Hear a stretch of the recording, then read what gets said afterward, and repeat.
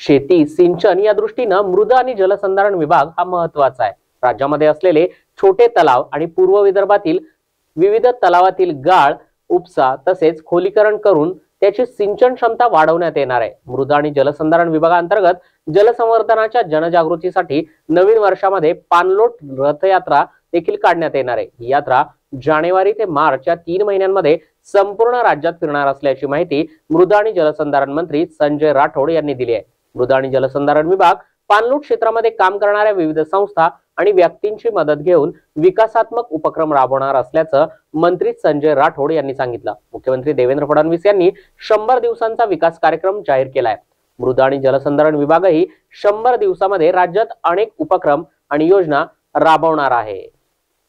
आपण सर्वजण जाणता की आता गाळमुक्त धरण, गाळयुक्त शिवा म्हणजे अनेक असे स्ट्रक्चर आहे महाराष्ट्रामध्ये जे मोठे डॅम आहे, छोटे डॅम आहे, परंतु गाळाने भरलेले आहे। याचा गाळ जर आपण काढला आणि तो शेतकऱ्यांच्या शेतामध्ये टाकला आणि त्याचा शेतकऱ्यांना सुद्धा सोबत घेतलं, वेगवेगळ्या NGO ज्या राज्यामध्ये काम करतात या दृष्टीने त्यांना सपोर्ट केला आणि शासनाच्या सपोर्टनी त्यांना थोडी सपोर्टची भूमिका ठेवून हा एक कार्यक्रम आम्ही महाराष्ट्रात राबवण्याचा प्रयत्न करतो आहे।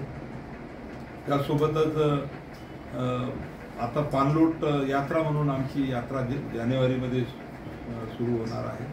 ही यात्रा 80 ते 90 दिवस राज्यामध्ये फिरणार आहे। जवळपास 1600 पाणलोट क्षेत्राची गावं आमची आहेत। या 1600 गावं पूर्ण महाराष्ट्रातल्या याला विभाग वाईज आम्ही वाटून दिलेले आहे। वेगवेगळे रथ आम्ही काढणार आहोत आणि सन्माननीय शिवराज सिंग चौहान साहेबांची तारीख घेऊन राज्याचे मुख्यमंत्री, दोन्ही उपमुख्यमंत्री आणि महाराष्ट्रात कुठेतरी एक मोठा कार्यक्रम घेऊन या सर्व NGO संस्था, पाणलोट क्षेत्रामध्ये काम करणाऱ्या लोकांना बोलून तिथून या रथयात्रेला सुरुवात करण्याचा प्रयत्न राहणार आहे।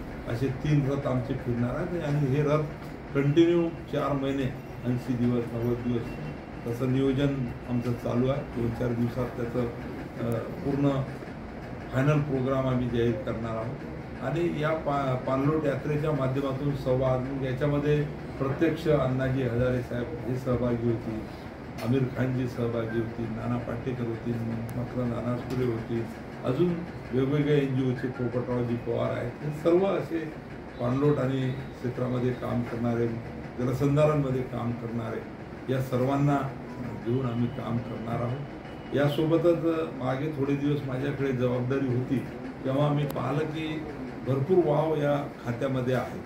जसं उदाहरणार्थ आपले छोटे तलाव म्हणजे मोठे स्ट्रक्चर हे जलसंपदा विभागाकडे आहे।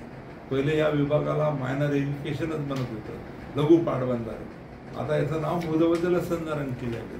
परंतु आजही छोटे छोटे जे तलाव आहे 600 हेक्टरच्या आतमधले हे आमच्या खात्याच्या मालकीचे आहेत आणि आमच्याकडं थोडंसं मॅन पॉवर कमी होतं म्हणून आता मी मागे मंत्री असताना भरती 690 जागा आम्ही JEEच्या काढल्या, भरती घेतली। मला भरतीमध्ये थोडंसं गडबड झाली होती तर परत भरती घेतली।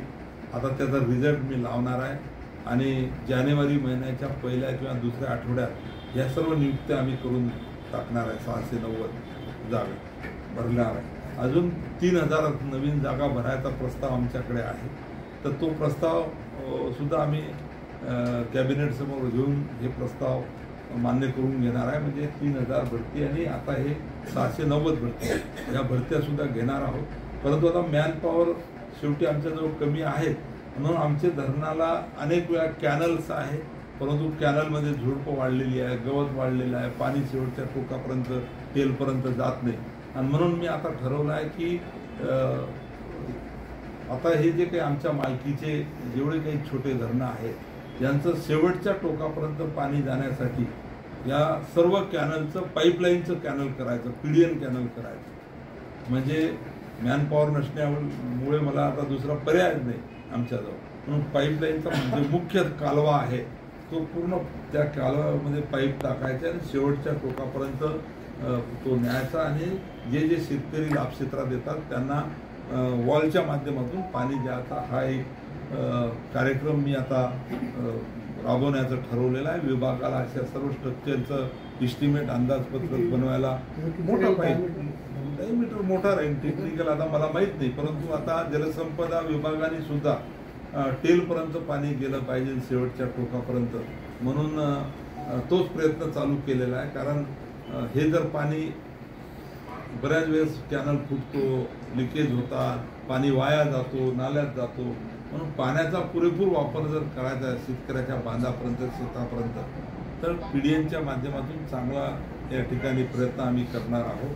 तर हा एक खऱ्या अर्थानं माझा प्रयत्न राहणार आहे. येणाऱ्या 100 दिवसामध्ये टेंडर काढून याचं प्रत्यक्ष काम सुरू करायचं आणि याच्यासाठी मग विदर्भातले जिल्हे वाशिम असेल, यवतमाळ असेल, अमरावती असेल, बुलढाणा असेल, काही पूर्व विदर्भाचे घेऊ, ते जिल्हे आम्ही करणार आहोत.